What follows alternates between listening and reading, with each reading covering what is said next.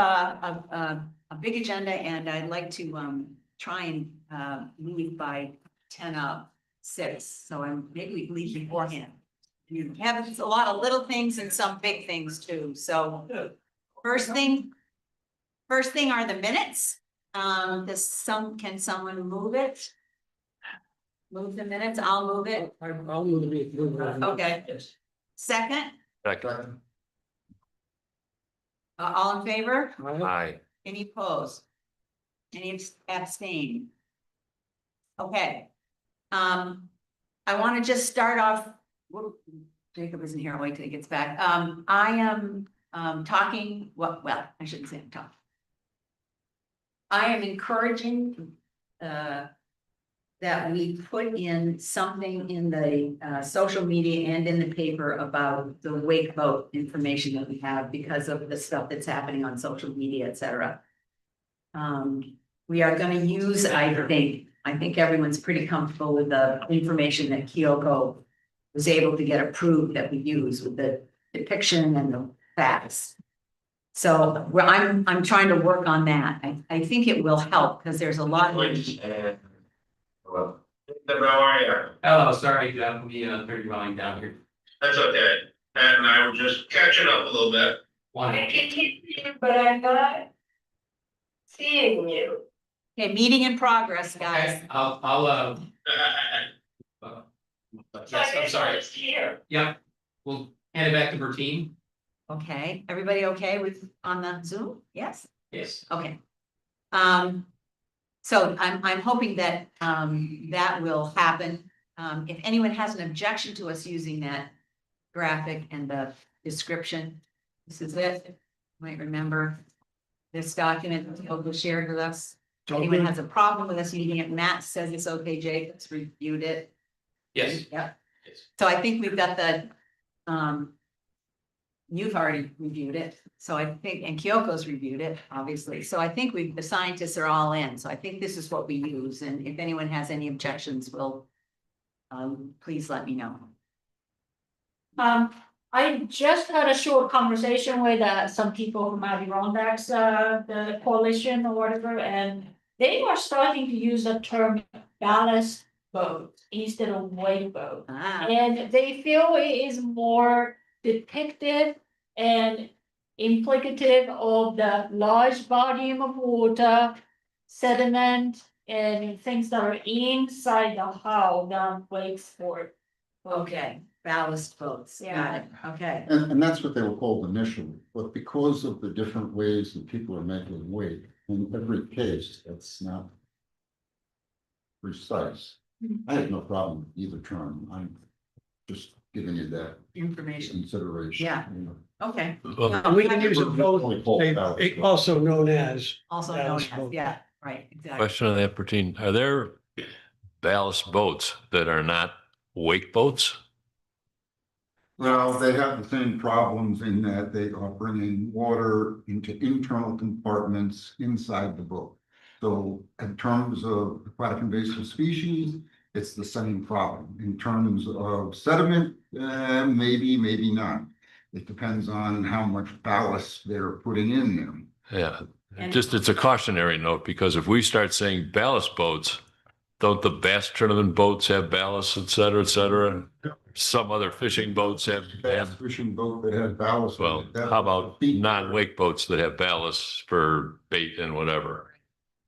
I just would be careful because Yeah. we'll hear something about it if we change the term. Yeah, that's true. All good points. All right. I just want to give you an Subject. upgrade on what's going on in the north. And Henry Miller is creating a map of what will be the no wake zone, but it's going to be most of the north end of the lake. And part of that has to do with the state having declared a huge amount of the north end of the lake as wetland. And so you can extend the law about speed around it way into the lake. I don't know exactly what this is going to be, and as soon as I've got a map from Henry, I'll try and share it with us, but it should slow it down. Okay, Bill, let's talk about maps afterwards, because we generated a couple of them. Sure. Okay, Mr. Polgar, this is a separate issue. Mr. Polgar raised that the WSC minutes were not online when he came to speak to us. I have confirmed with Jacob and Marcia that they are now online. It was an IT glitch and they are now available on the website. So that has been fixed. Thank you. Okay, let's do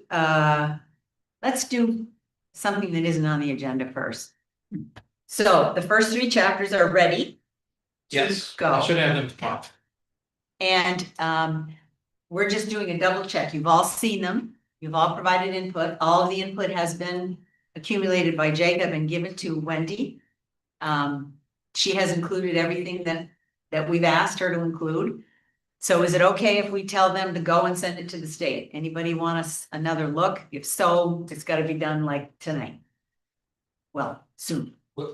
I did confirm with Wendy that we had a bit of a window. The issue is just that there's no official second review more than anything. Okay, I haven't looked it over, but she and I did meet extensively and we went through literally every comment that we had in the entire document. So my belief is that he has addressed all of that. okay. So I'd like to move that we authorize Jacob to tell the consultants to send it to the state. So I'll second that. I just want to have a follow-up please, question. So we reviewed it, submitted the comments, you presented the comments to Wendy. Is your concern to make sure that what Wendy got is now in the document? Is that the last review? I would certainly be looking it over. I have no problem if anybody else wants to, and I did confirm with her that like if I were to send it out tomorrow, we could have up till next week. The only caveat that I want to make sure everybody's clear on is that in the budget, there is no additional funding for another round of reviews. So your confidence level is pretty high that we've been communicating effectively with her. I mean, certainly, again, she explained and she was not opposed to really, there was like a few very minor things where somebody had a comment that like didn't really jive with something somebody else had. We adjudicated a few things, but largely we went through and she was willing to adapt things to every bit of feedback we had. The biggest area really was the maps. And again, I haven't seen the final product, but I even worked out with her like literally every bit of feedback I had of the maps. She went back to her GIS team, they modified things, we had those. I also shared those with a few folks, we got sort of a review of that. So I certainly think she has made a, reasonable effort to address everything. And from what she has told me, she has addressed everything. And I'll receive both a track changes copy and like a finalized version of everything. And I'm in no way, shape or form opposed to sharing with people. Just trying to keep the ball moving because we have to send it to the state and our interest is also to get it posted on the website. So folks have a chance to. Right. My only concern is on your behalf. If you can use the help of any of us to make your final review, that's what I think is in order. But if you've got it in hand, I don't need to reinvent. so let me amend my motion. I move that once Jake has reviewed it and is comfortable, that we send it to the state. I'll second that one too. All in favor? Right. Any opposed? Okay, And as long as it's acceptable, since Wendy did agree to a brief window, I will send it out to you all. So if people want to go back through, I know Yoko wanted to check some of the comments that she had. Again, I'm perfectly happy for anyone else to look at it as well. If they want to check on it, so. I'm good. If you're Sure. good, you're good, Yeah. I'm good. And if the state says fix this or fix that, there is budget for Oh, the yeah. anchor to do Oh, yeah, that. that's definitely has to take place. Okay. All right, thank you. Thanks. So we're good on that. That's a good one. All right, septic issues. Joe, I think you're still working on the county thing, complicated. I'll just carry it on the Yes, agenda. do. Okay. Any more inspection letter feedback, Jacob, that you want to share or? Nothing too dramatic. I mean, I've gotten the full spectrum of responses, as you can imagine. Most people largely want to be heard out. I've offered everybody pro or con the opportunity to provide feedback by sending me an email, which I would then, I encourage them to do so if they have feedback, and then I would share it with you all. And nobody's really taken me up on that offer. So, he's largely going well. Would you say there's 10 people, 30? have paid. No, who have expressed concern? I mean, is it big numbers? Well, I mean, don't worry about being. Probably 10 or 12, Okay. really, Okay. but that ranges from extreme indignation down to, yeah, it's another fee. So Okay. it's not a lot. Okay, I just wanted to be sure. Launch schedule, I know the village continues to work on that through Joe as well. Yeah, I mean, I just, 2 nights ago, I had a full moon, I went out in the lake, I came back at 9:15 and somebody's launching a pontoon boat in virtual darkness. So, I don't know how concerned we should be about that, but I do think regularizing the operation of our waterfront would be. Joe, that's been a problem in 2012 when we started with the stewards at Lakefront. We don't have funding to keep the stewards there 24/7. Right, no, it's on the village to shut down the waterfront. Yeah. That's what it is, it's not that. I strongly encourage, and have encouraged before, the village to investigate locking off both ramps. It's not hard, it's done regularly in other places. Sure. We're gonna leave that with you, but if you need something from WSC, some sort of confirmation that this would be helpful, you'll let us Yeah, know. Well, because really, the work of shutting it down, the design of it, should all be given to, I just forgot his name, I apologize. It's, Mitch, Mitch, yeah, yeah. give it to Mitch. I think we should just say that we would like, if this is the time to do it, I know we got a lot to do, but this question of, I introduced myself to the boat stewards the other day. And they had only a passing awareness of the boat law. yes, we've shared their concern with the stewards. And as we've said here before, the problem is that there's no one giveaway to what a wake boat is. Sometimes it's very obvious, other times it's not. Right, well, so a couple of thoughts. Number one, are we willing to put the boat stewards in the position of saying, is this just asking the launcher, is a wake boat? They can either say yes or no, and that could be the truth or it could be a lie, but at least we're asking.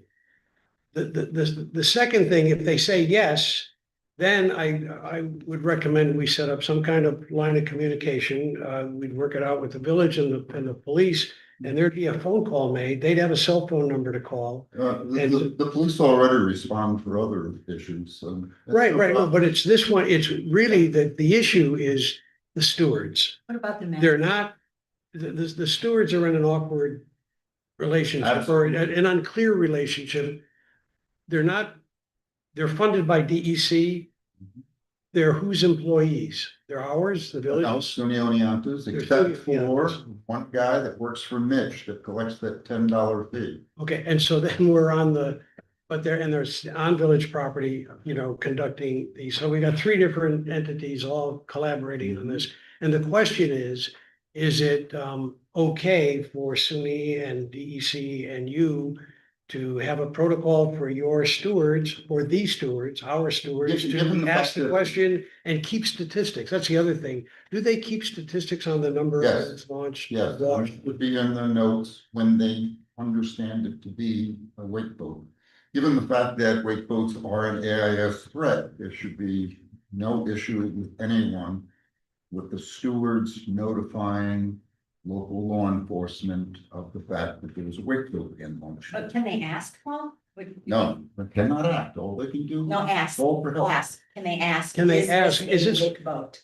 Can Oh, they yeah, ask? yeah, Can they yeah. ask them? Because they ask lots of different questions, and the wake boat is a conveyance for aquatic invasive species, so, yeah, that's no problem asking.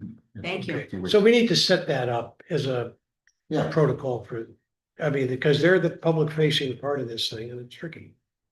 Oh, thank you, yeah. appreciate that.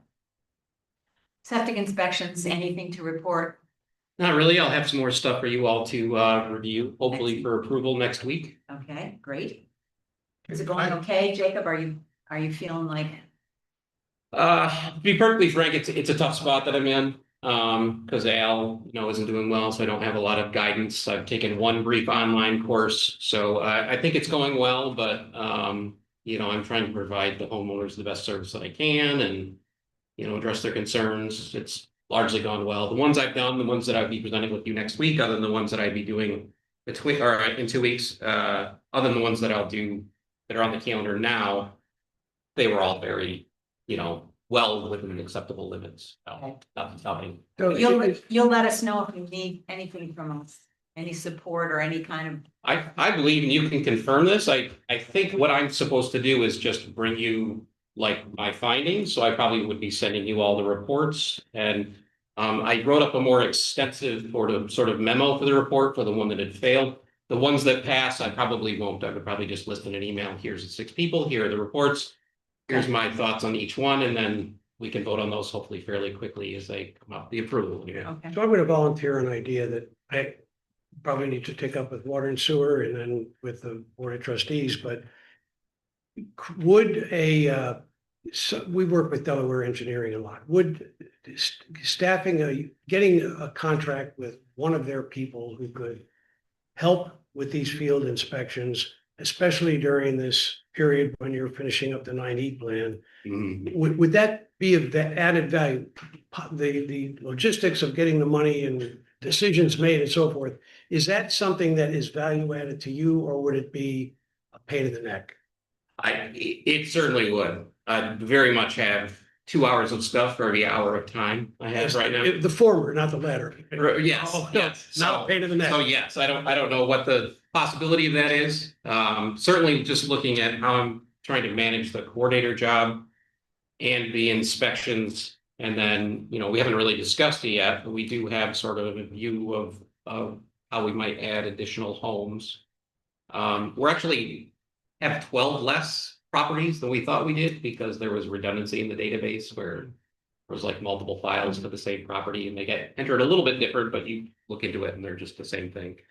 Okay, well, I'll commit to bringing this up and seeing if, because I do think in my own view, we have funds in the water fund and the sewer fund that would assist with this. And I just think creating some assistance for this, with all you've got to do, it just makes Just a breather. intuitive. It's just intuitive to try to do it. I- Anyway, we'll talk about it. Okay. I would totally agree. I'm sure the whole committee would agree to help out there. Thank you for that. Really appreciate it. Any other thoughts on this? I got a thought about, I think at some point we should have a discussion, and we don't need to do it anytime soon, about how we gauge the time between inspections.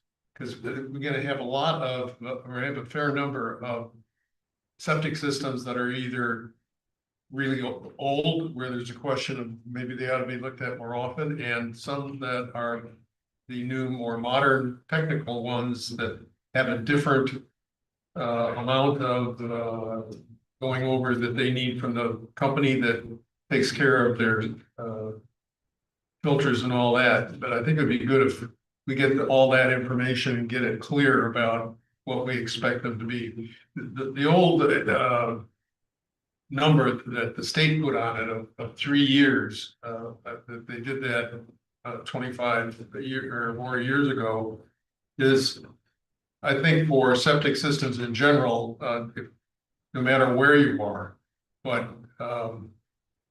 there seems to be a number of exceptions that have been very reasonable around Otsego that I think they're reasonable. I think it'd be goodwill for us, and it'd be good to know how what our expectations are and what we can tell the people if they ask us. Jim has raised this a few times, how do we gauge it? I think, Jacob, does it seem fair that somewhere towards the end of the summer, you'd have a sense of when or how we ought to do that? Or is?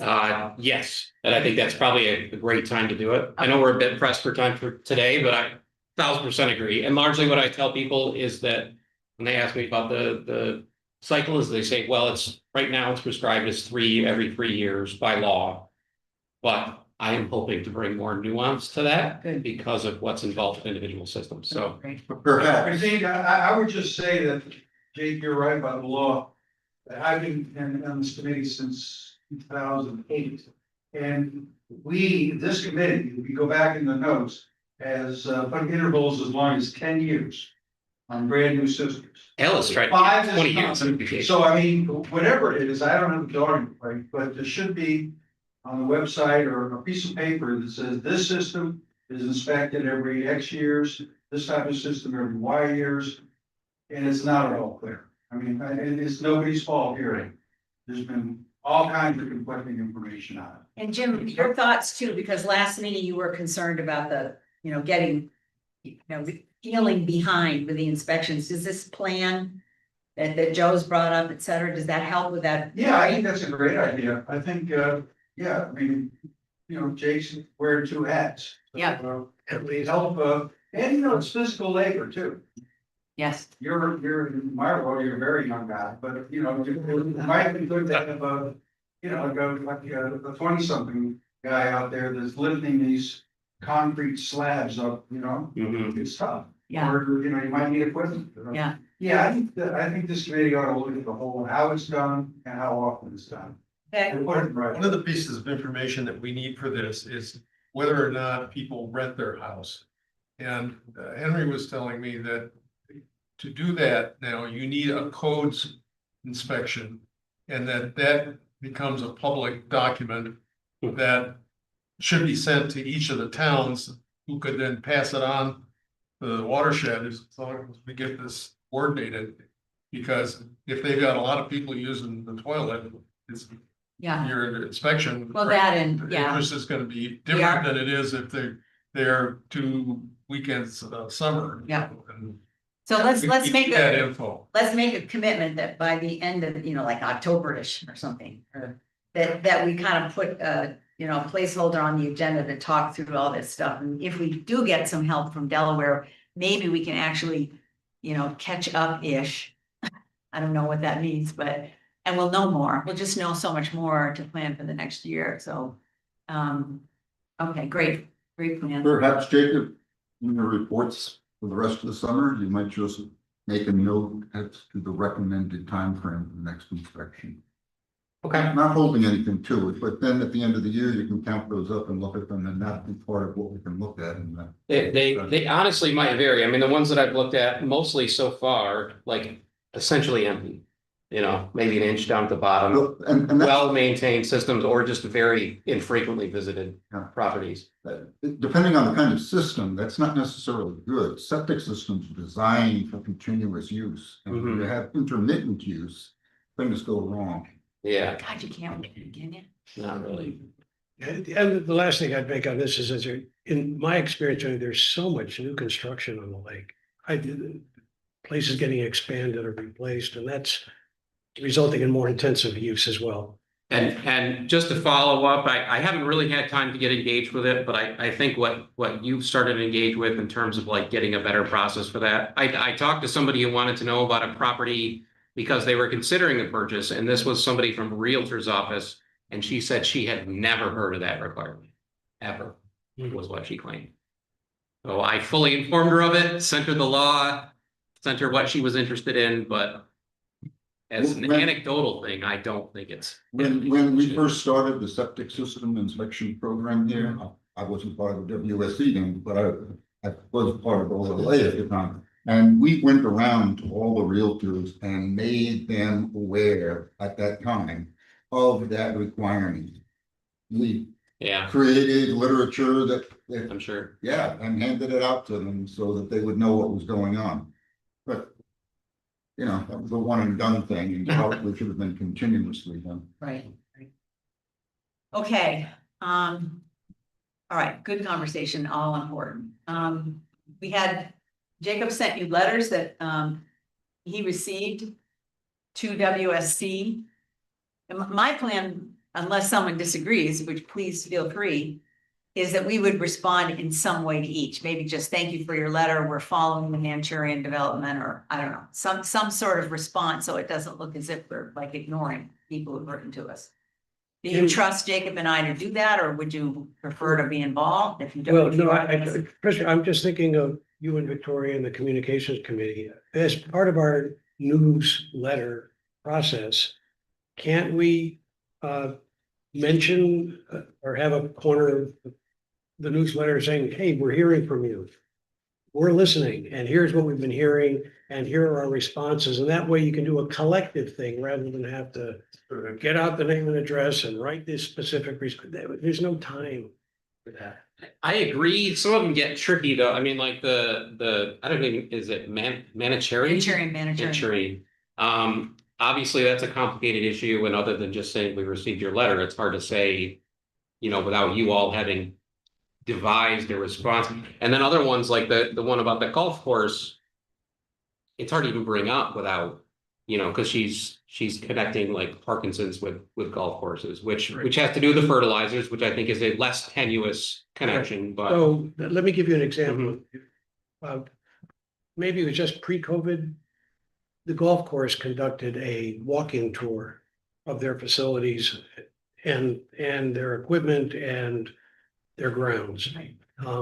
Remember, a number of people showed up who were very, very on top of the science, came along with this.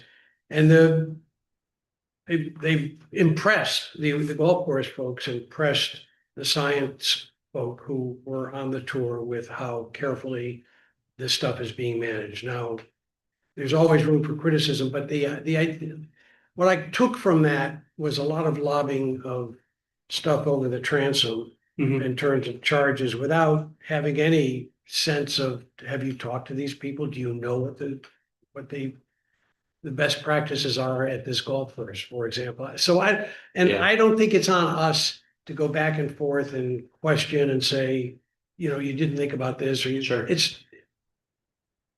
But I do think that that there's something they can study and learn with further inquiry on their own.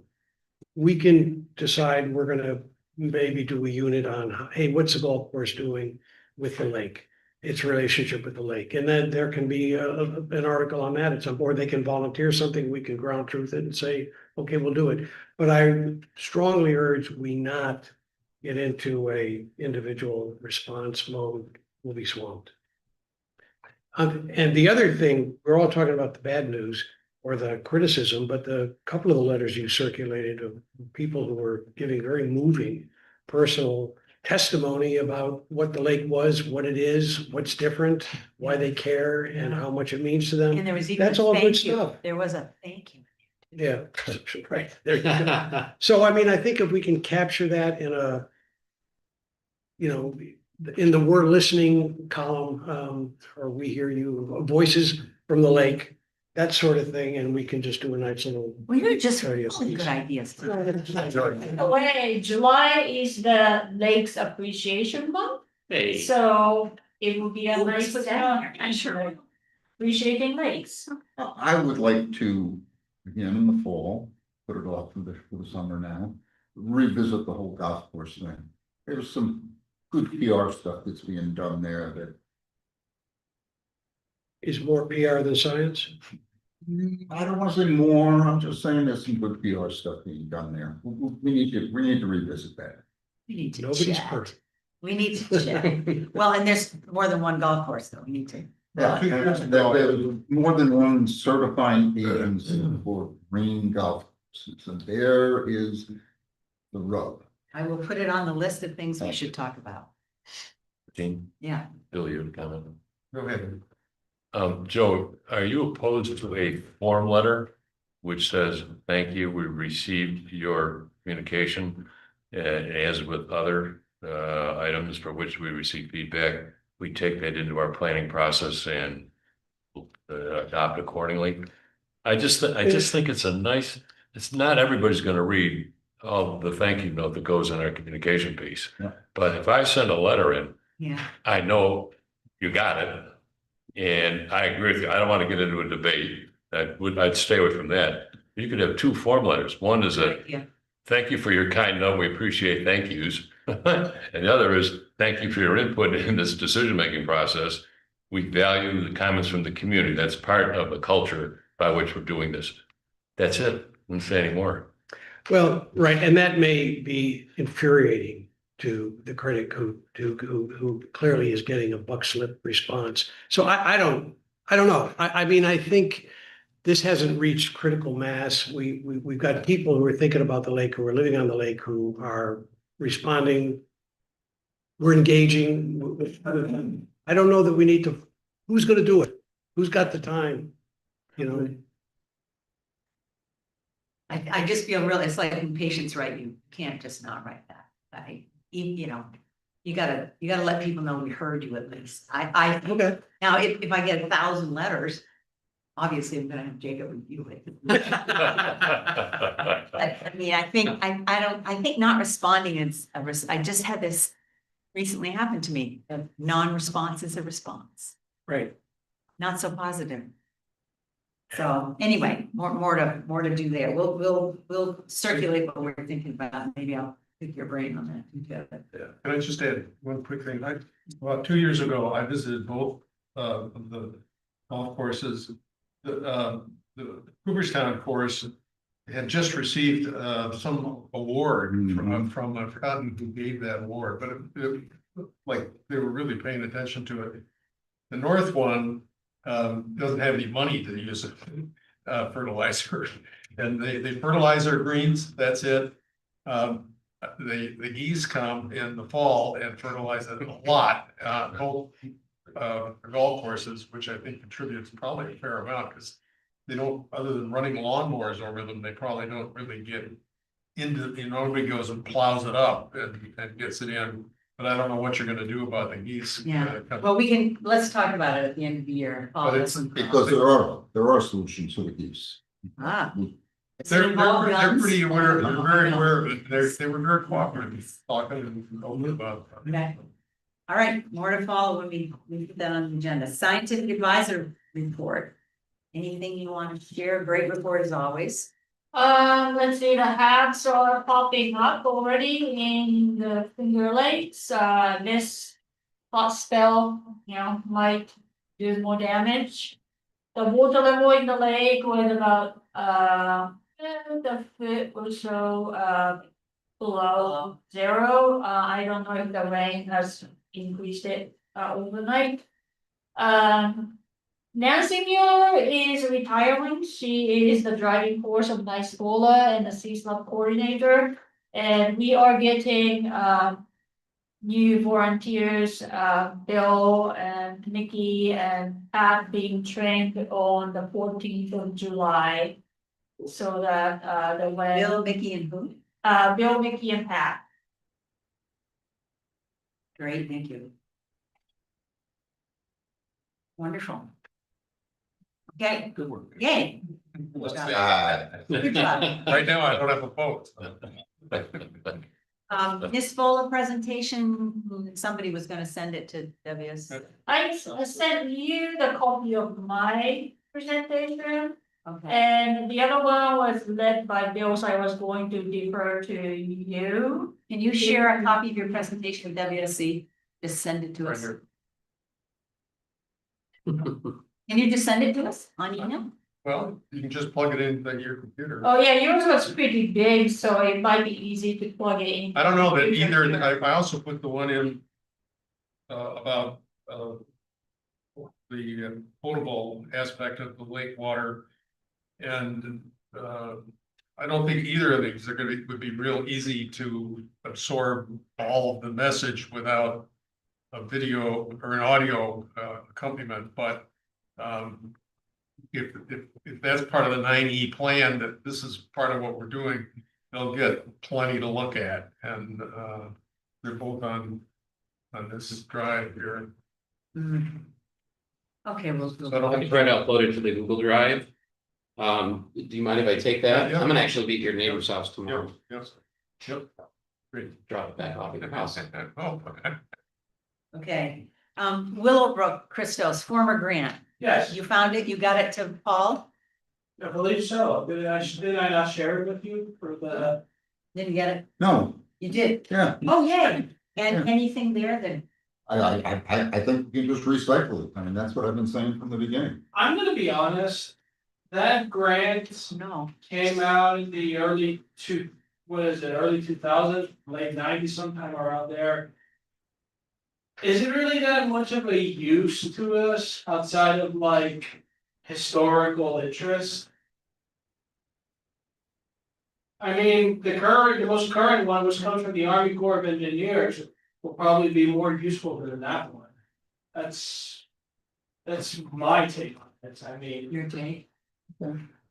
I mean, we can include it with, we can include it in the 9/11 plan, we can use it to kind of say that, you know, back 20 years ago, this is this was the current condition of the water body and now it's different, but beyond that, Well, let's, it really won't help us much with, at least it won't help me with grant applications. so let's back up a little bit. Remember, there was a conversation during winter where we were really worried about Willowbrook and the sediment and the blah, blah, blah, and so, Paul As said, well as Clark Pond.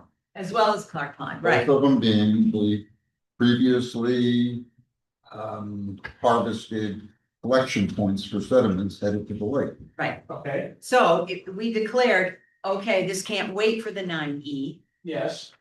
we should do something. Of So course. I'm kind of reminding us about the conversation. So then Paul said, well, let's look at the old grant. Which he did, and it's probably still applicable. I Yes. guess my question to you experts is, do we need to do something now with Willowbrook before the 9E? Well, we need a grant, we need a request for proposals from somebody, and we don't have that, and that's.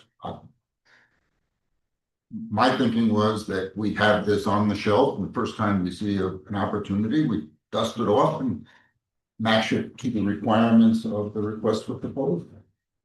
For a grant or For a grant, yeah, for money in general? yeah.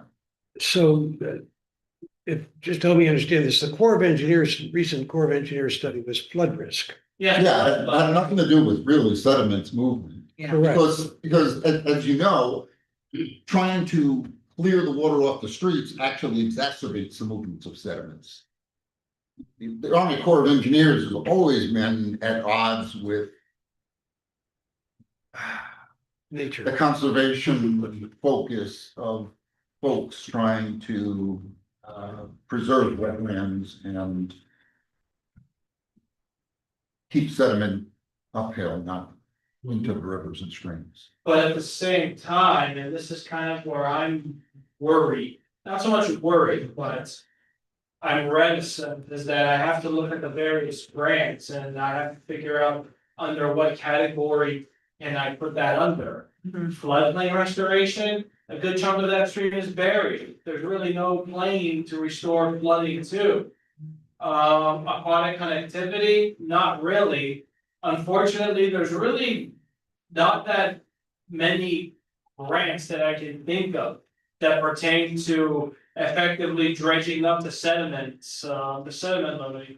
I mean, at the end of the day, I can attempt to, and I hate to be crude about it, I can attempt to spin a tall tale of how to do that, but even then. It's the same thing as putting riprap near a stream. I can write 10,000 grants about applying riprap near any one body. A good chunk of the time, the DEC won't fund that because that's not necessarily what they're looking for. Right. So we'd have to wait until we saw a grant or dollars. That's the thing, what is it, is that. The best that we can hope for is that we do the sedimentation as an addendum to something else that we already do to the current stream. For example, let's take Willowbrook, if I turn around and I say, listen, we're gonna do floodplain expansion on that. So the stream can quote unquote breathe easier when the rain and all of that comes in, and oh, by the way, we can also remove some of the sediments from over there. It's still a slim chance, but it gives us a fighting chance. But if I turn around and I go to the DC, it's like, listen, I need like $70,000 to remove the sedimentation, they'll say, no way, Jose. Mhm. So now we are left, so yeah, we are left with the first option that I gave you, or number two, somebody's gotta pay the bride price. Yeah. Well, I think, Paul, you're right. I think we have to keep our eyes open for where there's a grant that somehow matches our worry. I hear that we can't really wait for 2 years, that we should try and Go ahead, Commissioner. And oh, by the way, going back to paying for the quote unquote the bride price. Considering the permitting, considering the transportation, considering all of that stuff, we're talking for at least a couple $10,000 project. Is the village ready to fork up 25% of 60,000 within its budget? Probably not. It's hard to know, but I would also say, this being one of the smallest watersheds we've got affecting the lake. And how much of it is channelized and subterranean in the village boundaries. I mean, it's hard to find a problem that we can fund a solution for. I mean, the Corps of Engineers said the structure that channelizes the creek, the brook it's got no issues to speak of, right? If I read that correctly. But what are you thinking, Paul? Aren't you glad you sit next to me? See, this is great. I don't know. There are many lakes in New York State that have looked at their situation in terms of sediment running downhill into the lakes and causing all sorts of problems, that have looked to do dredging. And dredging in the lake is incredibly expensive. And because of that, DEC and a lot of other funders have just backed away from anything that says dredging.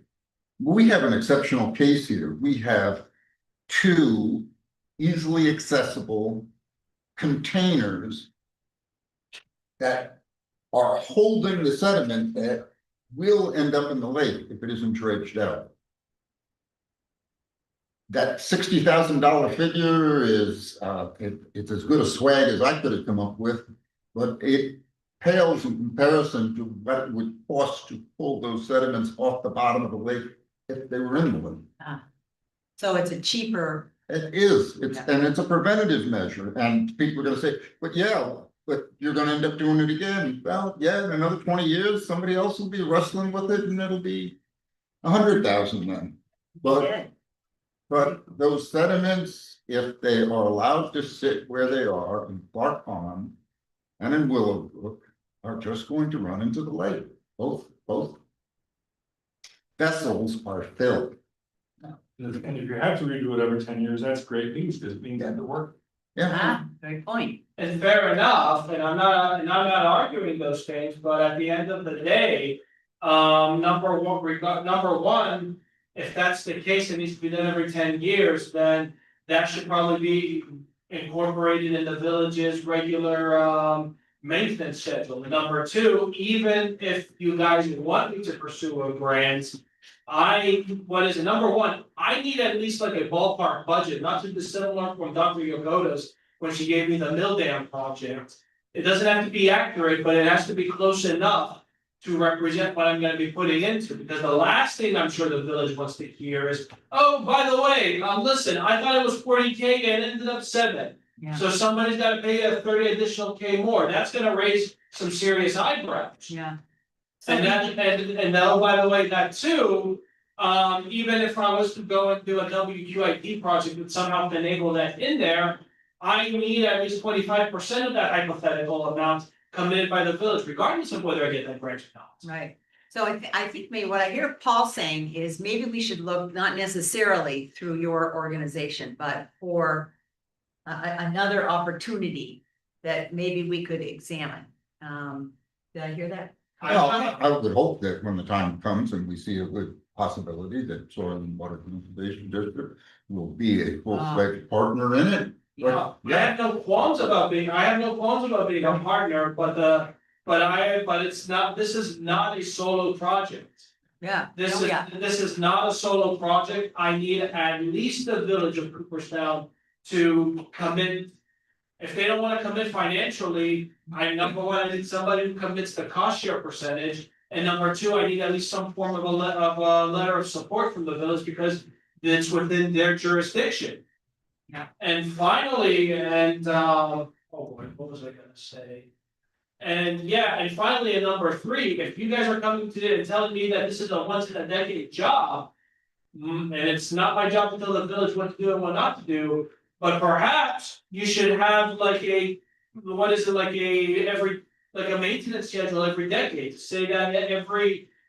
Like in 2035, in 2045, in 2055, we have this amount of money committed to clean out those collection facilities. Right, you establish reserves for that, Yeah. right? Yep. Because in the grant world, people are not going to fund projects that is going to clean up something that people did not take care of properly.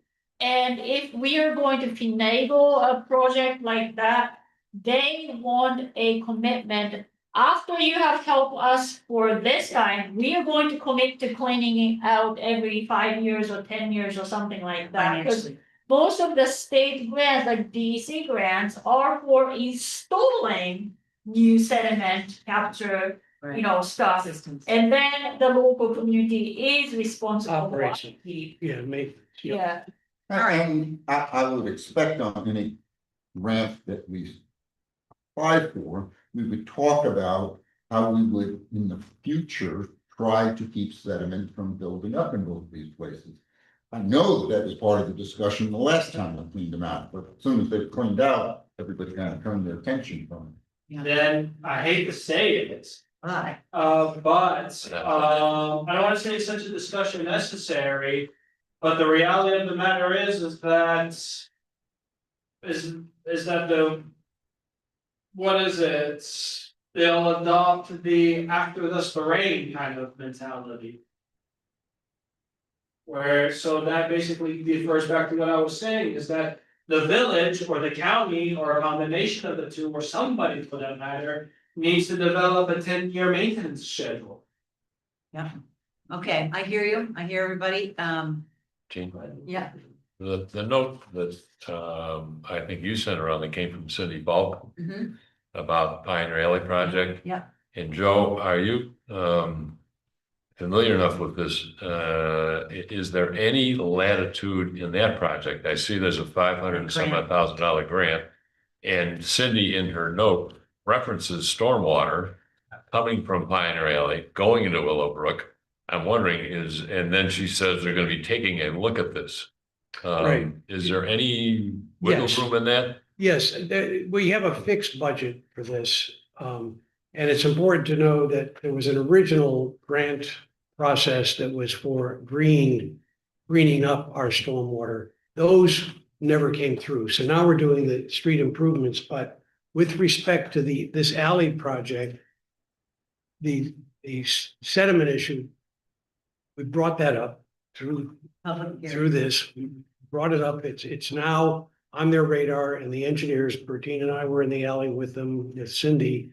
They are going to design a structure to capture sediments before the stormwater is discharged into Willowbrook. So it'd be at the perpendicular turn of Pioneer Alley. So I think it's part of this design work now. We haven't seen what the final description of that is, but their instructions are the request is that they provide for this. And it wouldn't clean the hole by any means. That's a piece. It wouldn't take care But it of would it. take care of Pioneer Alley, Would just take care of Pioneer. Yeah. which is pretty good. Yeah. That's good. Well, That's right, it is a step. It's a small, it's Just mention real quick, one other complication, which I'm not sure this doesn't help, but it would only take me less than 15 minutes to walk from the edge of our property to where Cripple Creek is no longer in Otsego County, it's in Herkimer County. And the vast majority of the water coming down into it comes from Herkimer County, which is just one more complicated to deal to try to get operation someplace else. all right, so let's not Ain't nothing easy. let go of this one, but maybe we need to move on this a little bit more, I think. Matt, any update with the HABs notification through the Ellen Pope? I'm not involved in that, Okay, so I'm not sure. all right, I'll see, I'll get a hold of Marian. You all got the Pioneer Alley results, update on the loggers? no, No, I can't see under the water, so we will find out in the fall. What? I can see on. Everybody thinks you can. All right, so wait a minute, tell me again, in the fall, we'll know. In the fall, yeah. When you pull. All right, any wake vote update that anyone wants to talk about? Did have a personal email conversation with a country club member. Hopefully we'll be able to help in understanding. And then different ones of you were gonna talk to Bayside, Sam Smith's and Alzheimer's, no, this, Alzmere. I've not even gotten to that yet. Not yet, okay, that's fine, I can update you on Bayside. please, Bayside has no wake boats in their dock slips. They don't launch either, but their neighbor Aalsmeer's does launch. And so as far as Bayside is concerned, no. We got it. Question would be, was someone designated to speak with Aalsmeer's? yes. Is that in your guys' list? I'll be happy to do this. I guess it isn't clear to me how we're gonna.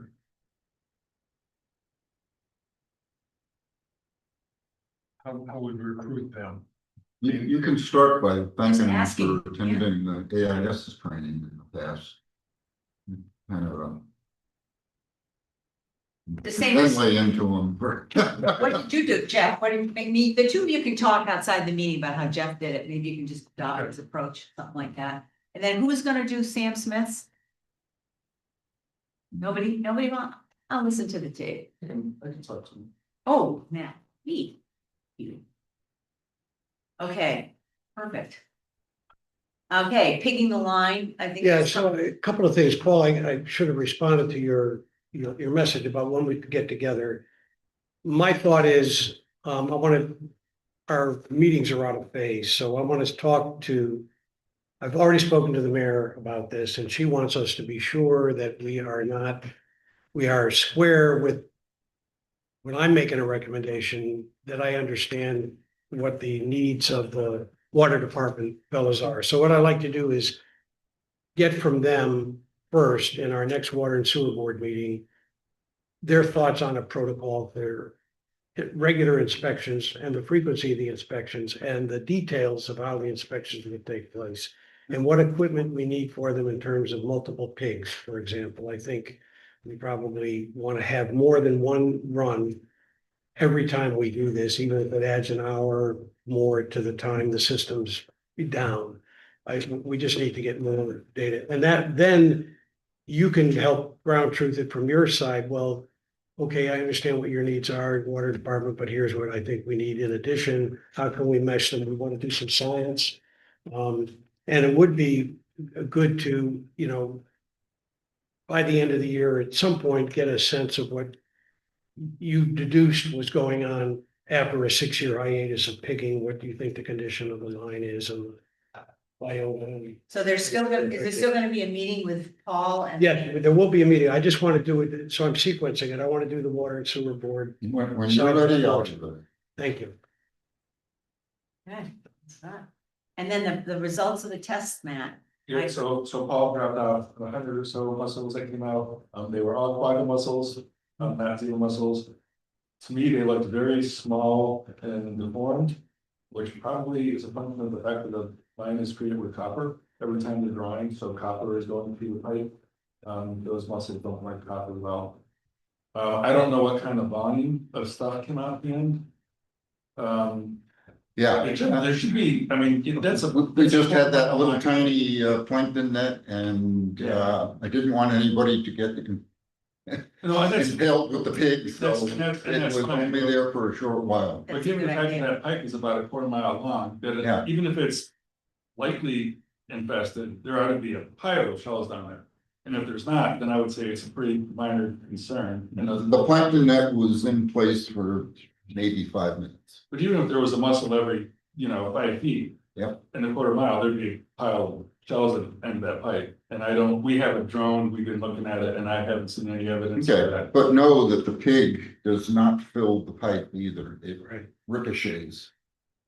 So it's hit or miss. It Hit and miss. bounces all the way through. It's not tight.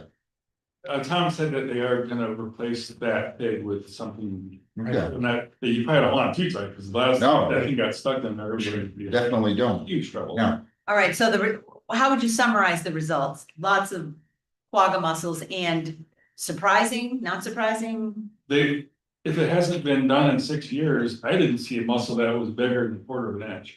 Which is tiny, and like I said, they look deformed, they did not look healthy, I think they're adequately poisoned.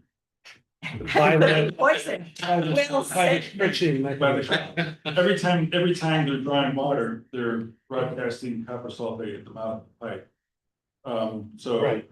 the mussels don't like copper, so they quit feeding, and hence they. I'm gonna put that adequately poisoned right in the minutes. And with the screen itself, was encrusted with healthy mussels? The screen, the intake screen that you said. Oh, the intake screen was just jammed with them. So the screen itself is about this thick, the basket, and there was approximately 4 inches on either side of the basket. Because So- that water flow is, Right, the so, mussels thrive on that flow, and the flow, of course, is strong there. But they're probably not getting hit by it. No, they're not getting hit by it because the basket is here and the injection system is. Just behind at it, the- It's at the back end of the basket. okay, And it's pointing into the flow, so it goes through the basket, it's back into the flow. So that, yeah, nothing that is being injected is hitting the basket. and were there both kinds of mussels on the basket?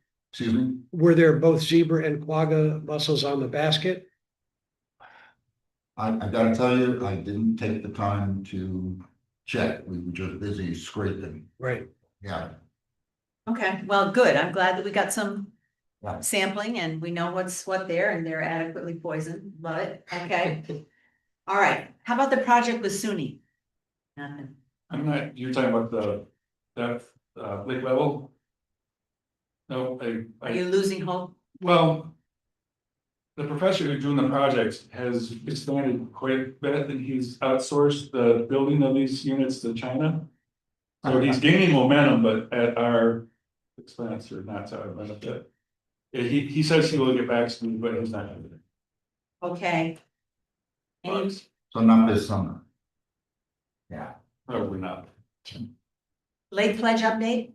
Anything, Jim? Hmm.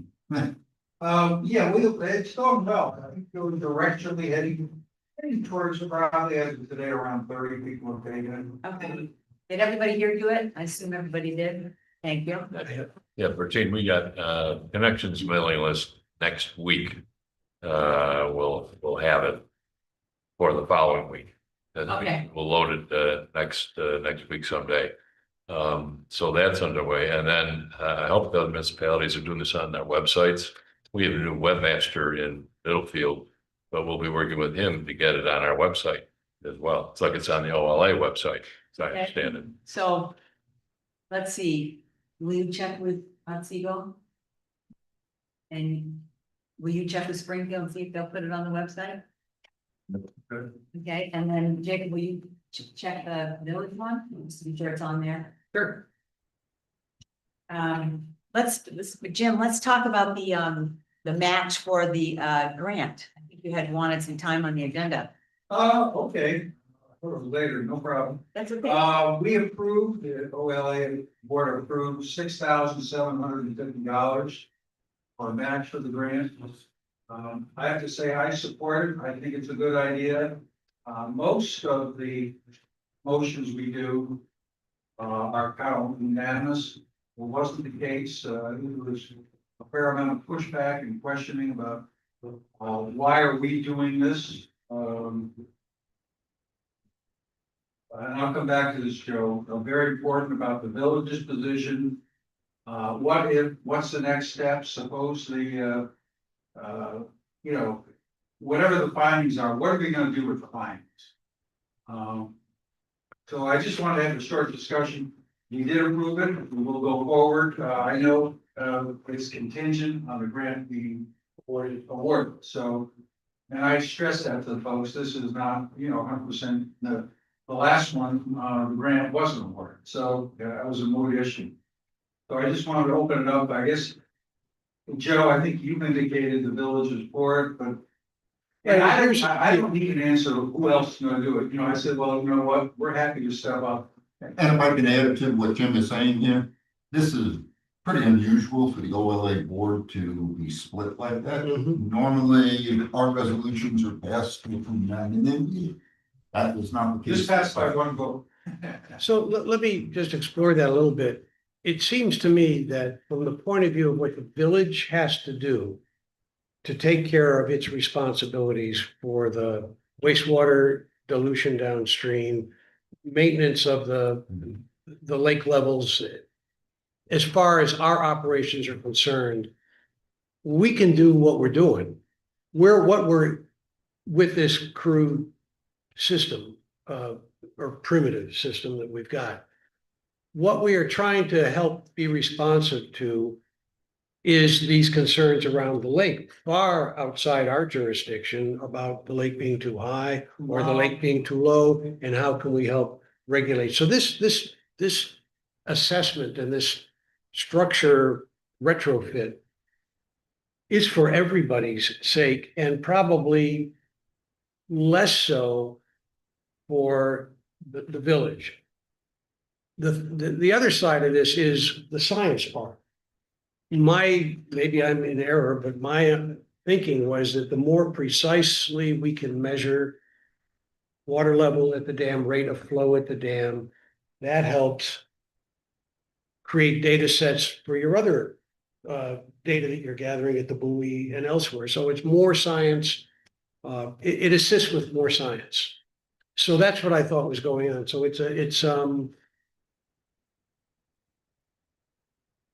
That's well said. And I think to the second part, Jim, we're hoping that this grant will allow us to understand how much is it gonna cost. We put it in the 9E and we get a grant to fix it. Yeah, That's the intent. I think it's a good first step, but I gotta say, if the village didn't support the idea or thought it was a waste of time, we're not gonna do it. no, I don't. Passed it at the board I hope meeting. you're not hearing me say I that. didn't know, I didn't hear you say, I said that was a concern, that folks thought, well, if the village really cared, they'd do it. I said, no, forget about it, the village has other concerns, I don't second guess you on that.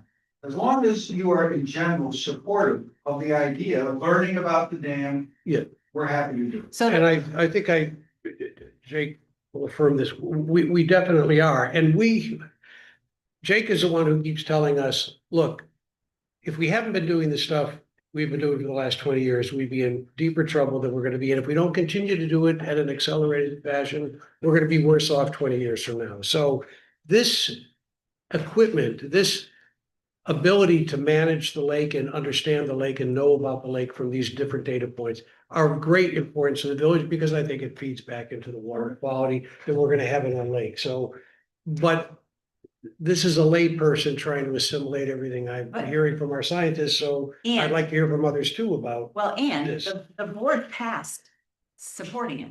Yes, passed it at their we meeting. will support, but I. No, expressed- not you, Oh, you're- the village board Well, the village board. That's passed already- Yeah. passed a resolution to support it, so I would get back to the members with that. And then the education of them about how this will allow us to apply for grants to make it better for lake levels all around the lake. I think it's the first step. I think, I'd like to hear, Chris knows what the timing is on any of this for the application and the answer. Right, well, the application, I believe I finalized it earlier on this week and I submitted it. Now, to be about, I don't know. I'll probably be hearing by the end of this year, early 27, whether we got it or not. We don't get it, it is what it is. But we do get it, then we have the following two options. Number one, we call the engineer, we basically say congratulations, we got it. They go, they do their study, they generate their reports. They submit that report, but at the end of the day, somebody's gonna have to pay for the whole thing, and then we reimburse you down the road. Or number two, we get all, and that can happen probably within 1 year. Not too dissimilar from the tributary studies. Okay. But at the end of, but then the problem is that the Otsego Lake Association will have to look. We'll have a bit of a hole in their financial pockets until we get our paperwork together, we reimburse. You guys down the road for, what is it, the 90% that's, Well, no, we are prepared to write a check for okay? $6,750. That's it, That's the match. that's the. Yeah. 10%. Yes, but and I understand, We don't have, can't fund. but it. that's where I'm going with this, is that because this is a DEC project. DEC projects will, unlike the active market ones, which are the ones I'm most familiar with. They work purely off of a reimbursement practice, so long story short, where I'm getting from is that we can all kill this in 1 year. And there's a pretty big hole in our pocket until the DEC gets its act together and its paperwork together, and then we can go through the reimbursement process. Or number two, we get all the paperwork together. We tell the engineer to hold off until we get all of our ducks in a row. They go, they do the study, and then we can, and then we have like more leeway when it comes to the payment process. And then you can just pay that $6,000, how many $100 that you've obligated the OLA to do. And then we go through our mechanisms and we pay our side. Well, let's be clear, though, that you as a grant applicant, so it'll be soil and water that'll be the one to expend the funds and get reimbursed. Oh. Well, then we've got a, Chris, We are the ones who manage the contract. That's, who's gonna expend the funds? Where's the money coming from? the money is coming from the DEC. Okay, right, but. you're not expecting anyone here to do it, right? You're not- Okay, Alright. But you do want money up front. Yes, and that is if we go the longer way. If we go the longer way, I can basically do a request for 25% upfront payment, and then when the engineer comes with his bill in his hands, you guys pay the match. We pay the 25%, and then we go through our internal mechanisms, so we can pay the remainder of it. Yeah, we don't care when we pay the match, if it's accepted, approved. We will pay, we'll put the money in the kitty, okay? Okay? We'll pride in the pump, but that is the extent of our ability to pay. Yeah. And that ultimately, at the end of the day, you will pay just that, I think this one is that 10%. At the end of the day, you will pay that 10%. Well, yeah, I mean, to be honest with you, it's $6,750. period. That's the amount, right, that's the amount. That's what they were told. Right. Carlos. Right, And that's so, what they and we'll make, if it's approved, we'd make the first pay. I think we've agreed to pay. And how the other funding comes in though, we don't have any control. Right. We don't. Right, Is the grant being written for 67.5? no. Yes. Wait. Grant is being submitted, the match is $6,700. Right, but if The the rest- match is 10%. Yeah. The grant should be 67.5. Oh, I thought you meant that, I'm sorry, go ahead. Yes, Yes, Jeff is correct. Yeah. That's our okay, understanding. just, I wasn't quite clear on that. But Listening then to at the conversation. let's do this. And since we brought it up. Let's say that something happens, complications arise in the field, which happens. And the bill is a bit higher, let's not even say it's by a lot, let's say it's $2,000 more. Who's gonna hold the bag on that one? You know, if it's 10% of $2,000, that's not a problem, okay? But this is like the Boston Big Dig, and it's 3 times. Yeah, It's a big problem. yeah. A few $100 either way is not a big deal, okay? If it had to be, you know, that's not a big deal. But So- yeah, but the application is for 60, I think, what'd you say, Jeff? Whatever it is, Whatever it is, $6,000 something dollars, I get it. yeah. 60. Okay. Ultimately, it takes, for this kind of project, it takes. Either a year, between 1 to 3 years, as I would say. To do it. So the last thing I'll say about this, it's the cash flow question that I think everybody's Yes. concerned about here. We assume that as the applicant, your entity handles the cash flow, Yes. and then you get reimbursed. Is that- Yes, we can handle the cash flow and we can request the money from the state to go and pay for it. That's part of what we do. I have no qualms about that. Okay. Okay, But at the same time, Scaring us, Christos. well, this is a serious conversation. Well, it is. And I gotta be completely honest, last time I did this with the tributary studies, we kind of got a little bit burned because not all of it was paid. It was a couple $100, but still. And so if we're gonna have this conversation today, we're gonna have this conversation today. Yeah, so as I understand, what I understand from the conversation is OLA has been clear on how much they will pay. Yes, And then, but better, Bertino, maybe even better, if, I can put it in the minutes, if it's $200 more to us over. We have individuals who will write those checks, okay? We will pay $6,750 plus or minus a couple $100, not a problem, okay? We're not gonna stick you for that, no, as long as it's reasonable, okay? understood, and from the sound of it, I know the engineer that Don Vigagona was working for, and he probably went out to the dam, and he said it would take about that much, and because this is a study, I highly doubt that anything weird or extraneous will happen. This isn't a shovel-ready project. But at the end of the day, I have to consider these factors. Sure. And Yeah.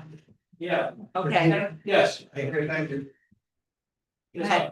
I just wanted to say that moving forward for the long-term 9/11 planning, we need to have a mechanism where all 4 municipalities contribute and have a pool of money to match grants going forward, because even if, this one gets funded and everything goes right, then we're going to apply for another bigger grant to actually, replace the dam, and that would certainly require even a bigger matching, and at that point, the community would need to evenly contribute to the matching, and that would be beyond what OLA can do. right, of course, This, and that's on the agenda.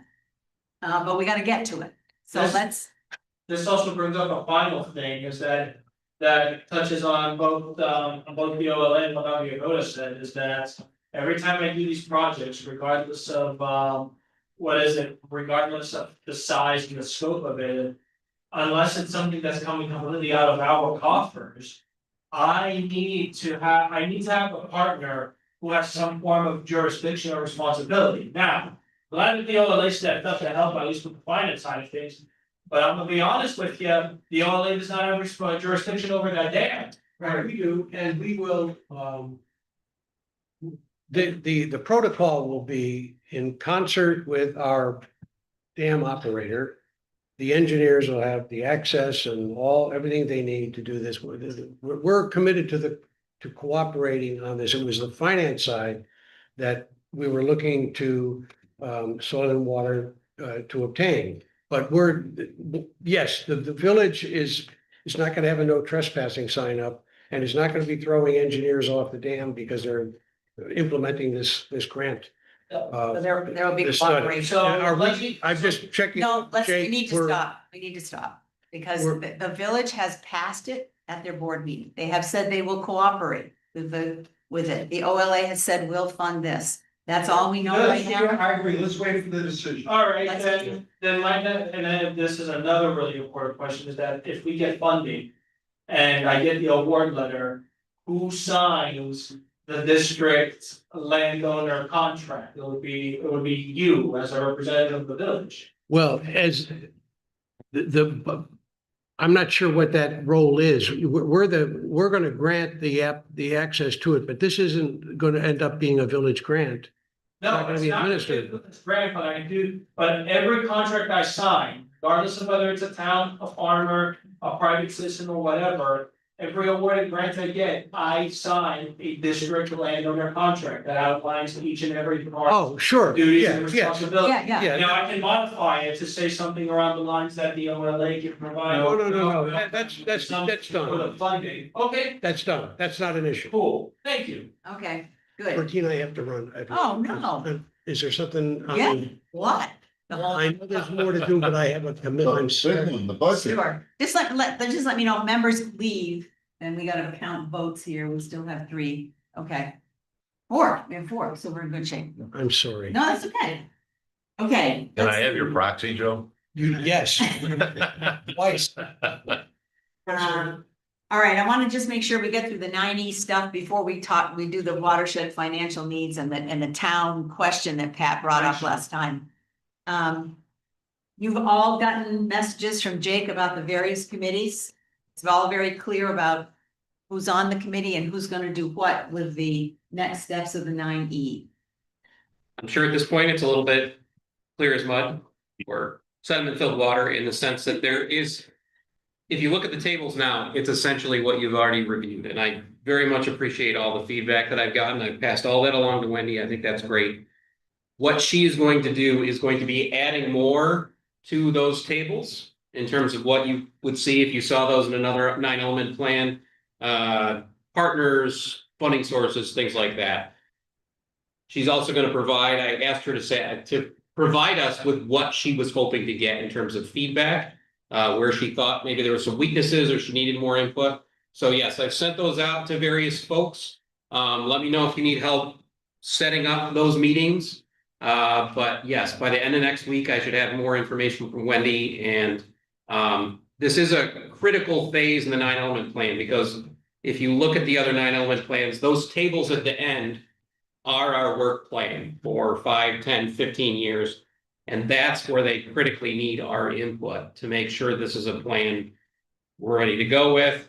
And the only thing I would caution is that we don't want it to be at the end of the day in terms of our prioritization pie in the sky, and we also don't want it to be like less than we think we can do. So start to think as you go through those different categories, where you think those different items should be, what resources we might allocate to them, and just be ready to go for those various meetings, because we really want to try to put, rubber to the road and put some real thought into how we want to structure all those things.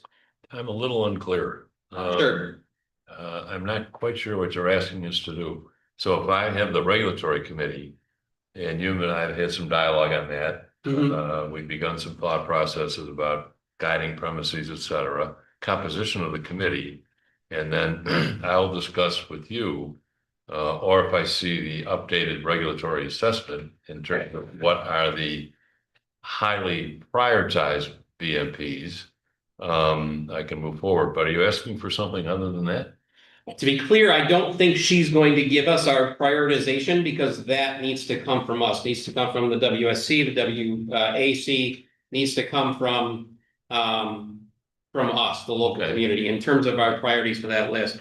I can forward it to you. Kyoko already sent out a starting thing that I thought was great. She sent out the basic thing to the people in her group. Now, this is for the scientific group, so they might be able to respond a little bit quicker because everybody's familiar with the background material. But she laid out a timeline for here's the stuff. By the end of next week, I will have this additional guidance from Jake.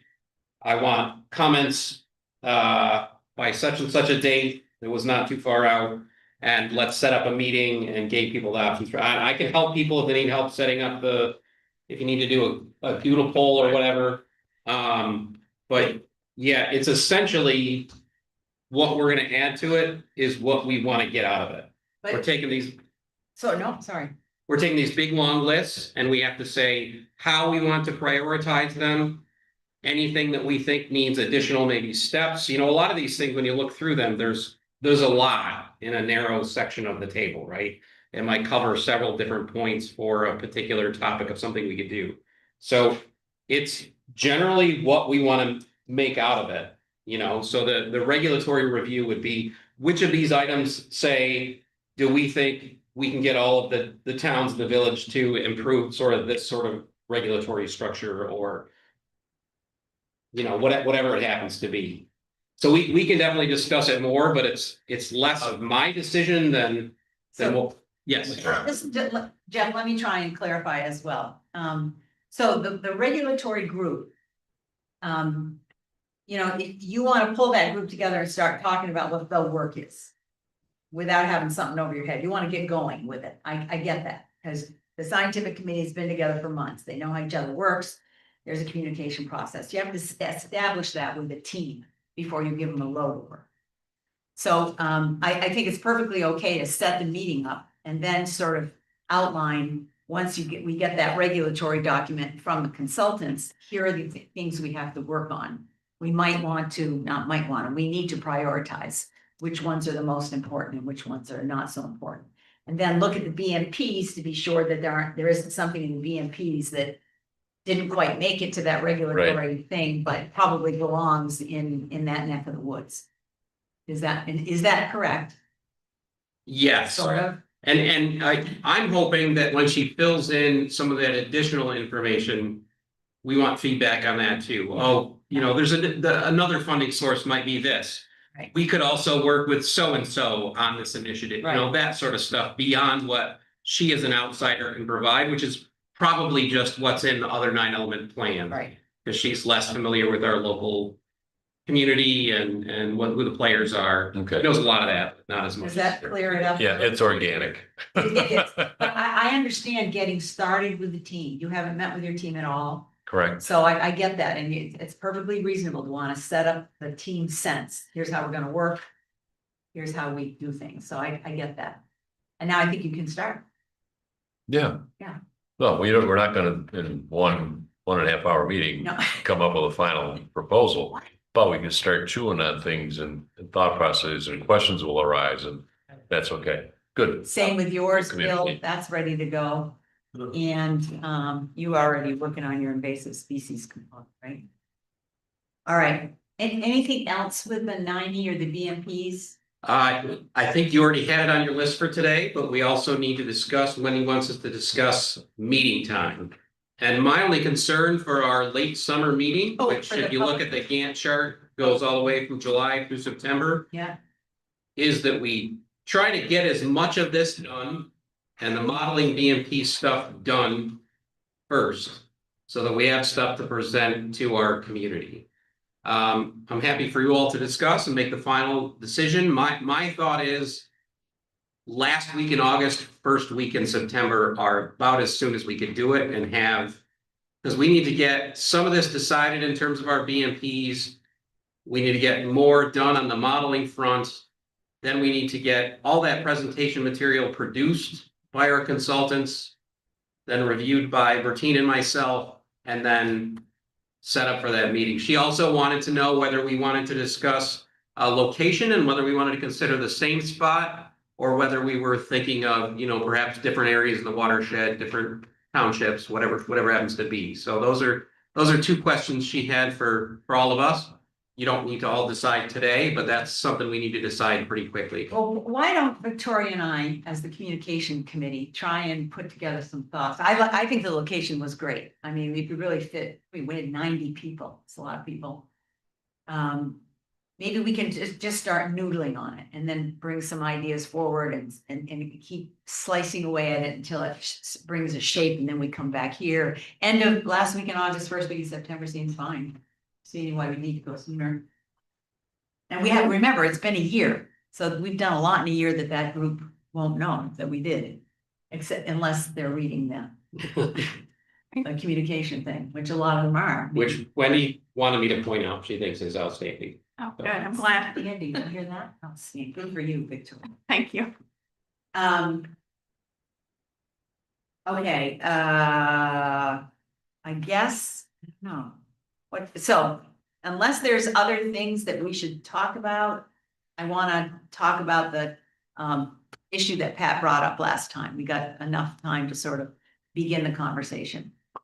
So appropriately so, Pat and Jeff both said, we're about to start on our budgets. What do we want to put in there? And I was thinking about this, and I think I want to talk about it here. So what are the things that we might want to say to the towns? Would you be open to establishing some sort of a watershed fund for things like, and whatever that next list of things is, we need to come up with here at the table? I mean, I don't know, maybe it's a buoy, maybe it's a, I don't know, whatever it is. But I think we need to come up with it, and then the town representatives need to know what that is and go back and say, at WSC, we discussed this. And again, we're not gonna finish this today, but, do you think, those of you who represent the towns, do you think they would be open to that kind of a thing where we say, this is what it might look like next year? You know, not knowing exactly what it might be. How do you think that would be received? Right? August, I can tell you from the town of Otsego, August is the time when departments are supposed to present their requests for what they want in the budget. So let's say that the Watershed Supervisory Committee is the equivalent of a department. So by the first Wednesday of August, we should receive something from the Watershed Supervisory Committee brought to us by presumably Paul. It says, this is what the Watershed Supervisor, everybody who's on the board now knows about this committee. We have one person who's more recently joined. I think all of you know that I'm the acting supervisor right now, right? Yes, I told everybody. Until the end of the year. And then there will be a new supervisor. There's only one person running. His name is Steve Zembrensky. And he's running as an independent candidate. Anybody else would have to be a write-in at this point, if someone decided to run.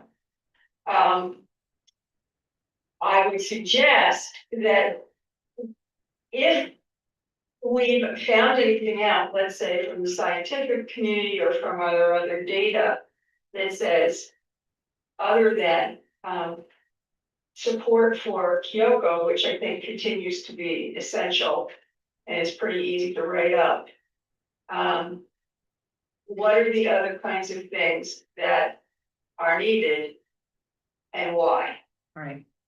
For the year 2027.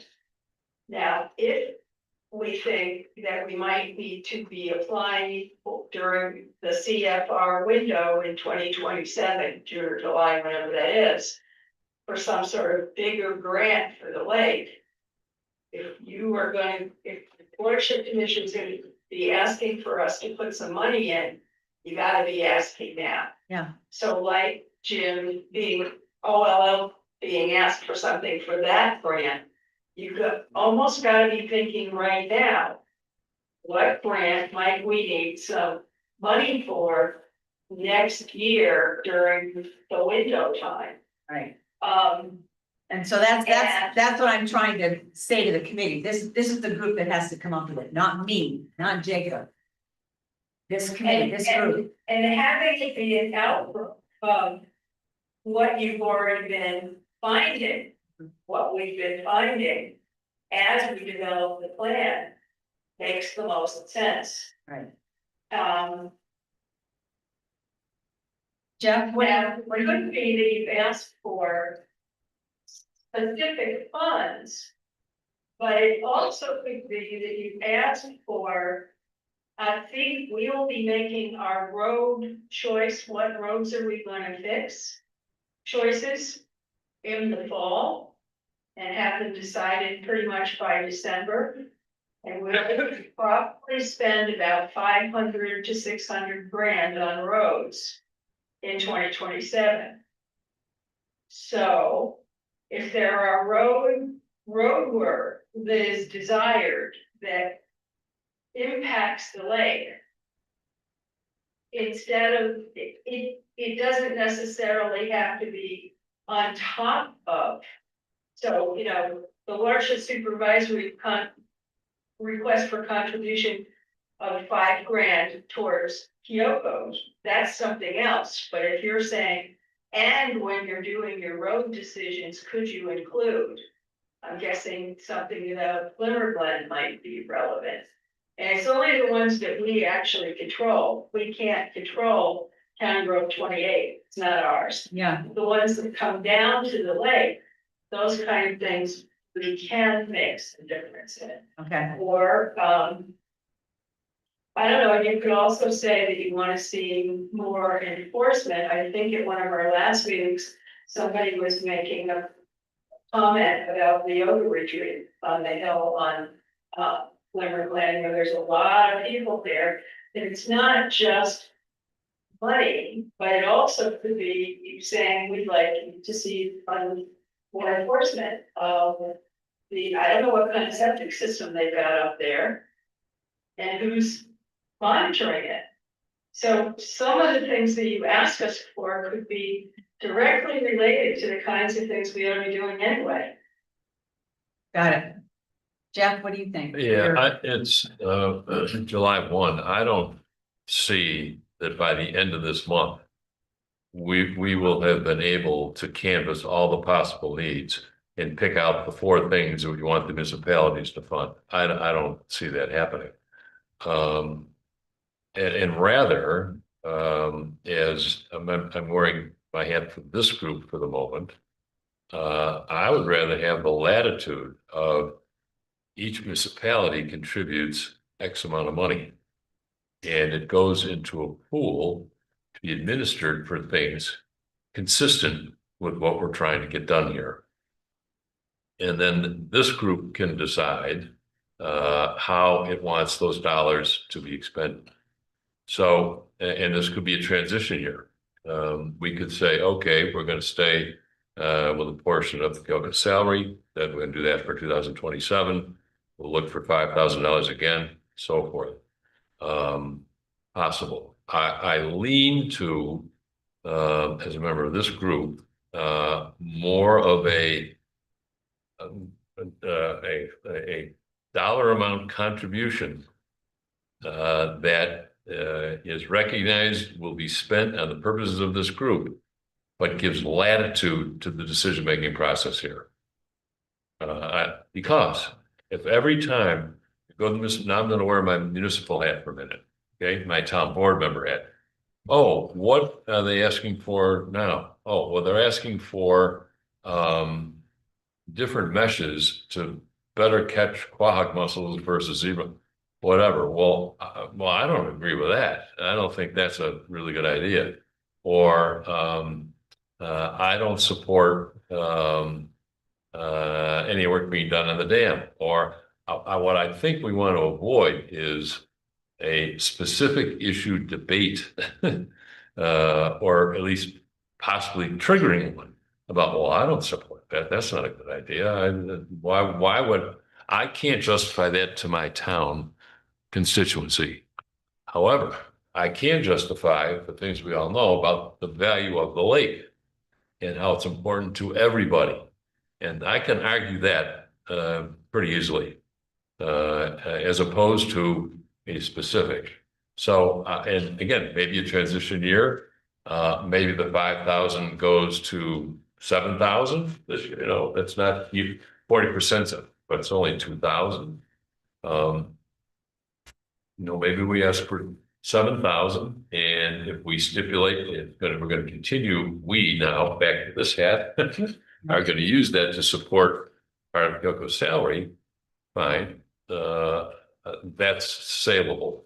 But I want to move us now back to this hat, more latitude on in terms of the decision making and how we want to spend it, and that gets into the pool. The point was made earlier. And you may have made the point, I think you did, when we're seeking grants and we need to have matching funds, I don't think we want to go to municipalities every time for every grant. We want a pool of money that we can use in terms of a match. So just the efficiency of the grant administration process. So moving in that direction, for your point, I think is a good one. All right, so those are 2 different views. Bill, what do you think? You know, and listening to the way they divide money up there, you know, they have this huge amount of money spent for snow plowing. Yeah. And all these other things, they nickel and dime, like you think they were gonna have to, you know, reach in their pockets for it. It's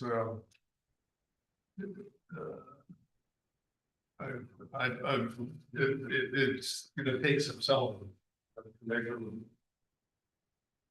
Now Okay. they've got lots of money. They've got hundreds of thousands now, See, Jim, but I don't know where they keep it or, I'll talk to Henry about it. So, you know, Feeling is- it's July and, Pat says the first Wednesday in August. I tend to, myself, you know, I don't have a say in this because I'm village rep, but. The village already has a huge watershed. Component of their budget, it's like 14 line items. I think Joe discussed that last month. I think it makes sense to me as a hybrid of what Pat and Jeff are saying. So something like, you know, this is a, what do I want to say? A year where we can't be specific yet because the 90 isn't done. But we know we're gonna have to expend money perhaps for scary things that come up that we need to fix before the 90 goes in or whatever. There could be a buoy that breaks, there could be a whatever happens. And so we'd like to ask that you contribute this scientific advisor and then this much money. When we need it, we will come to you with a justification, an analysis, a view from every single PhD scientist around this table, and those who aren't PhD scientists, reflecting what it is that we think makes sense from a protecting the watershed point of view. Do you think this is a good use of it? So giving the decision back to the town, but policy following science. That'll slow it up and lead to jittering as one municipality disagrees with the judgment of another. Good point. I would suggest that we build a skeleton that shows the overall budget for the work that the WSC oversees. And just identify it by major components. Scientific advisor is one everybody keeps talking to. Today, Inspections. we're focused on this grant seed money thing. Possible that we could put some more money towards the CLMB, which is monitoring everything that's going on in the lake. But the money that is the village has invested in Jacob and the septic system needs to be part of this skeleton that we're building, because I'm not sure the municipalities really understand what's going on here from the village's perspective. And so if we're going to ask for a couple of $1,000s more, or even twice as much as we're asking for, we need to show that the village is doing their part and more. And finally, while I'm talking about those components of the skeleton, we need to have a training budget. Everybody here needs to be accessing training at various conferences. What's CLMB? Or the data buoy or Hey, can you say it? Continuous Is lake it monitoring. continuous lake monitoring buoy? It's the big buoy in the middle of the lake that is the center of Fielko's research. There's one other thing, right now, thus far, each municipality's been asking for the same amount. But, as Doug said back in the beginning, and I've said it several times, the other lakes that set up systems for contribution also this, at the very least, display to municipalities the differences that there are amongst them. For example, how many septic systems are there that we are inspecting within each town? Middlefields are going to be less. Seacoast are going to be more. How many, what's the assessed value of the property along the lake? Within 500 feet of the lake, that's a pretty easy number to come up with. There's a number of factors that are used by these other municipalities. Those just happen to be two that I recall off the top of my head. Number of shoreline footage. And watershed, you know, what's the shape of the watershed that's in your town? Because that impacts everything. So a mathematical formula emerges from that, that says this should be your contribution based on your contribution to the health or unhealthiness perhaps of the lake.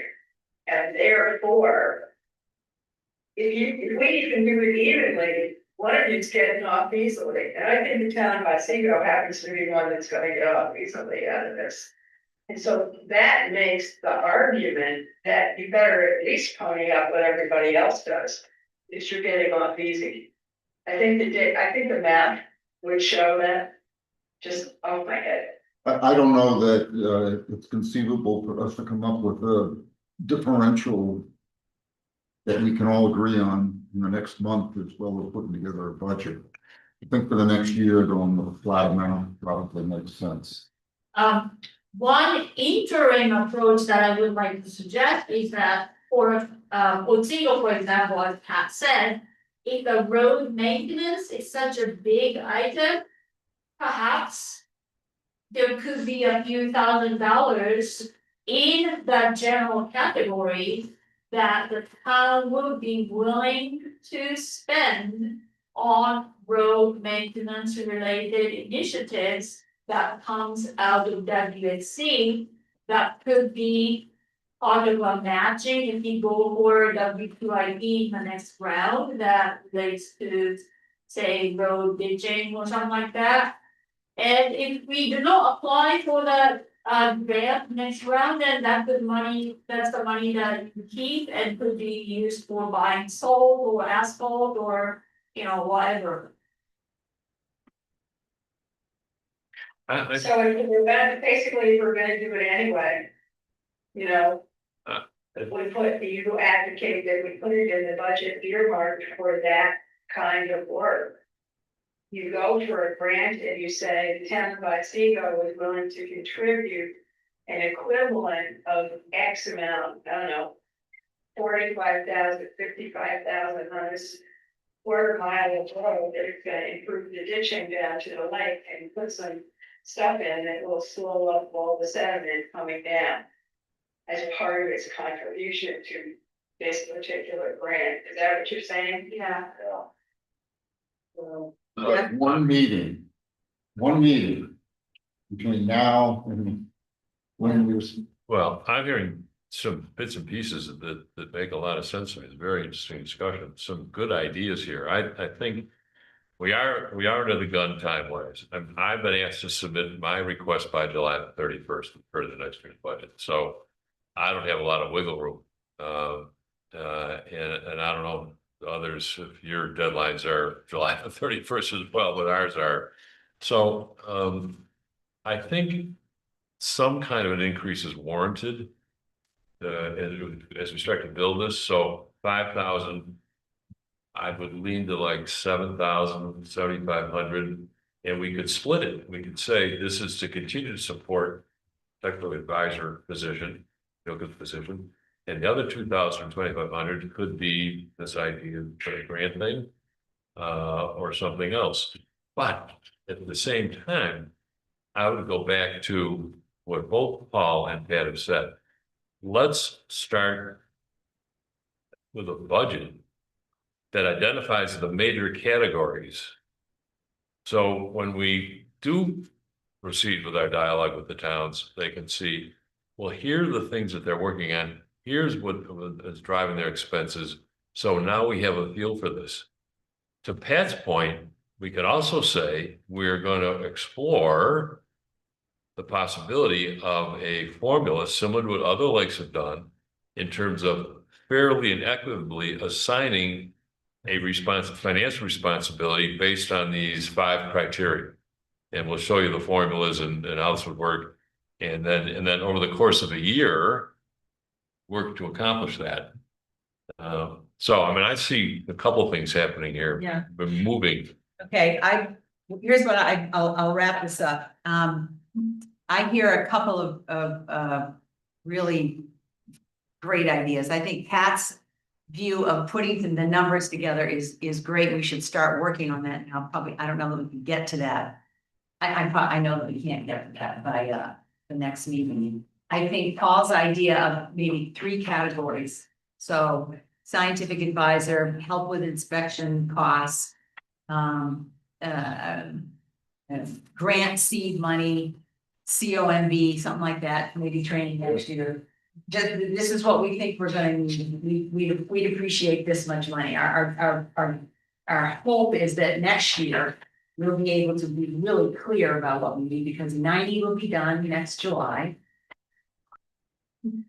And that we will have a sense of what we'll need from a grant perspective and that the towns can help with. So that's something we could do for the next meeting. The combination of those 2 things, and then commit to the financial indicators that we need to come up with. Commit to being clear about what each town, how each town's needs, how the assessment will be done and what their needs will be taken into consideration. Don't be. So that makes sense. Those ideas all together make sense to me. I think you're right, Jeff. I think it's too soon, or it's too quick to really do a professional high level document, but I'll start it and I'll ask everybody to contribute, because it can't just be me. So you're thinking of coming up with some dollar amount? I have a dollar amount that I've already suggested to the towns 2 years ago. I didn't go by. So What is it? 10, including the scientific advisor. So 5 for the scientific advisor. I just wanted to add real quick that a couple of weeks ago, I was looking through my old files and there was a newspaper article discussing how Win McIntyre had gone around to the towns and asked for $250 to repair the lake buoys. Soundly rejected by every municipality. So I rejected by mine. there you go. Political winds can change, certainly. But I think our guiding principle to proposing this in the long term, and I agree that we don't want to rush it probably, is the all carrot, no stick. No stick. Obviously, asking for the money is a big stick. So the more we can tie it into things we can bring back to the towns. And I think Pat's suggestion of tying some of what we're asking for into practices related to the road repairs. You know, one of the first meetings I had with the field station folks, when they asked them what they thought some of the best things we could do would be improve ditching practices. So there's a lot we can do in that realm that I think fits in well, perhaps with their budget structures already. And the more we can say, hey, some of these grants are going to be for improved like plowing or, you know, whatever it happens to be. So Ditching. Okay. more carrots, the better. Okay, good. Well, that's why we all have to work on it. I'll get something started. I'll get a thought document moving, and whether you're a member of WSC or not, I want your input and I want your thoughts. Christos, you had your hand up. I don't want to let that go without. It was more or less a question for the town about Seagull and all that with the ditching. Actually, you know, something that's probably something irrelevant to this, Conversation. to Okay. this conversation. Well, we always want to make sure that we. I'll reach out to the town about Seagull and the hydrant departments and. I think we should plan on this budget being the major focus for the next meeting. I agree. It will be. It'll have to be. And kind of clear the deck on everything else and focus on this and try to do the best we can. Yeah. I'll clear some of the deck. Mhm. All right. Well, this was great having you sit next to me. That was great. Thank you, everyone, for your good work. I appreciate it. Matt did a walkthrough with a couple of young men at my request today, connected to the Clark Estates, and they were extremely impressed. So we want that impression to continue, and appreciate that, man, very much. I just want to let people know that the last day of the month, which I believe is a Friday, I'm going to give a talk up in Springfield on whether you can drink water from Otsego. And I expect that they have a food truck or something like there for the Friday evening. So I expect that it's going to be a very small group from the town of Springfield, but I just thought I'd let people know. Great. Yeah, would you just keep reminding us of that? Yeah, I'm gonna, The answer no. I didn't get. Is the answer no, she said. Is the answer. Can you drink the water? Well, it Should depends. Depends. Depends. Wait, I just, Yeah. you have to The water's not a problem, it's the stuff in the water. Okay, wait, I just want to say the meeting is officially over. Please turn off